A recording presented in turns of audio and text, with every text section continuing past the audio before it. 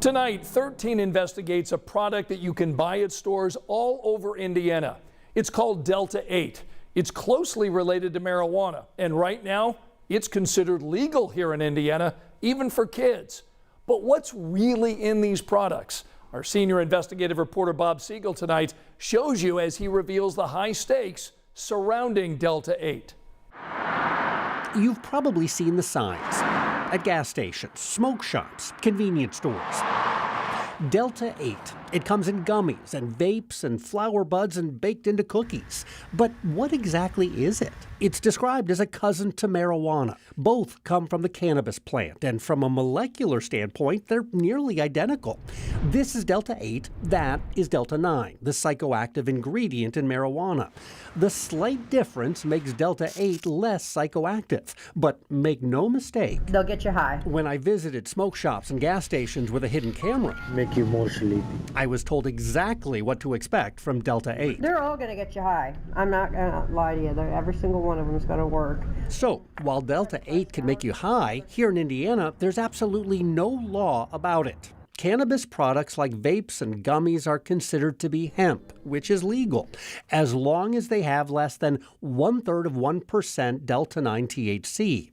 Over 0.3%, well, that's classified as marijuana, which is against Indiana law. 13 investigates decided to test Delta-8 products to see if what's inside is in fact legal. Let's go with that one. I visited gas stations and smoke shops. Got some Delta-8 flour, some joints. In the city and out in the suburbs. Got the stoner blend. To buy 7 different products containing Delta-8. Then we packed them up and sent them to a certified lab for testing. This is KCA Laboratories outside Lexington, Kentucky. It specializes in testing cannabis. Turns out, all the products they tested for us do contain lots of Delta-8 THC, which we expected. But our test results show most of the products also contain something else. 5 of the 7 samples were found to have Delta-9 THC above the 0.3%. Ryan Balone runs KCA Labs, and his lab's test results show each of these products purchased by 13 News contains more Delta-9 THC than allowed under Indiana law, amounts well over 0.3%. We're talking levels approximately 2 times, 5 times, even 6 or 8 times over the legal limit. Is this a case of buyer beware? Yes, I would say so. I have grave concerns over these, Bob. And anybody that doesn't probably isn't paying attention. The superintendent of Indiana State Police says what's most concerning about Delta-8 products is they currently can be marketed and sold even to kids. And while most of the product labels say they contain less than 0.3% Delta-9 THC, this company's own lab report shows it has 1.8% Delta-9. Our testing also confirmed it has a Delta-9 level well over the state's legal limit. Doug Carter says that much Delta-9 can result in someone failing a drug test, losing their job, even facing felony drug charges. Everybody that buys this should understand that what they're reading sometimes is not what they're getting. All these labels suggest the products are legally compliant for Delta-9 THC. The websites say that too. But if you scan the code right on the package, that'll take you to test results from an independent lab that show the amount of Delta-9 is unidentified. And that happens a lot. Why do the manufacturer's test results show unidentified amounts of Delta-9 when the lab used by 13 News found levels that are clearly identified? The issue is the testing. When it comes to testing cannabis products, how you test is important, really important.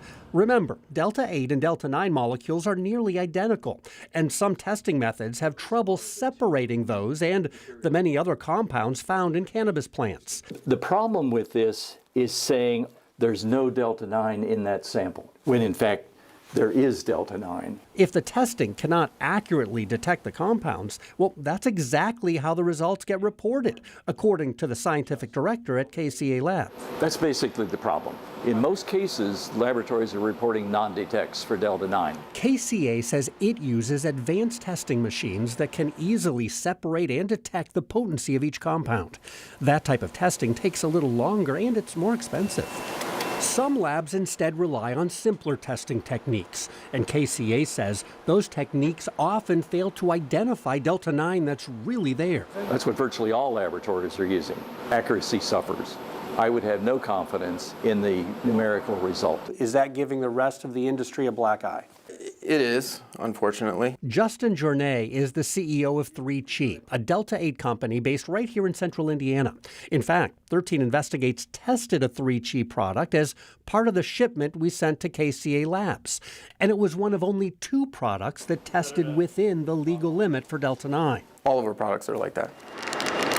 3Chi allowed 13 Investigates to tour its Indianapolis processing plant, where the company produces millions of Delta-8 products every year.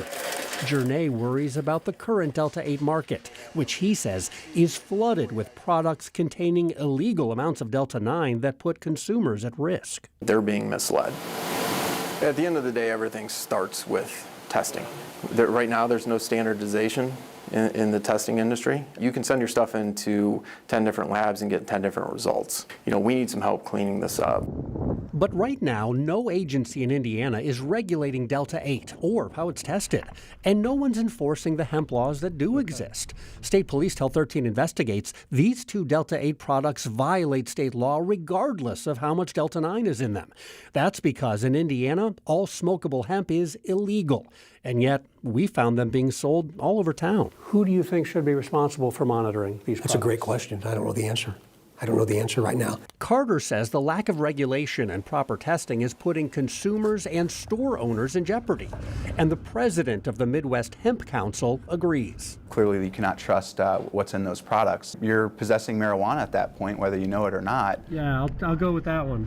There's no repercussions for selling essentially marijuana in Indiana out of the gas station. Because these products tested above the legal limit for Delta-9, 13 Investigates reached out to companies that make them, the labs that test them, and the stores that sell them. All the stores said they were surprised and did not realize they're selling some products that contain illegal amounts of Delta-9. Some stores told me they plan to stop selling those products. The labs that responded say they stand by their results and their testing methods, although one told me it started adapting those methods to better detect Delta-9.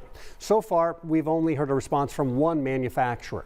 The company that makes this vape says it believes its products comply with all laws, even while acknowledging its lab has sometimes had challenges identifying Delta-9.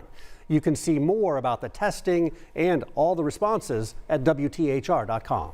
Bob, it seems like this whole situation is a mess and no one's really doing anything about it. Yeah, Scott, it really is. Right now, the bottom line is these products are easy to get and your teenager can buy them, share them with friends, and get the same type of high that they would get from marijuana. For years, Indiana lawmakers have been asked to fix that. So far, they have not. Bob Siegel with 13 Investigates.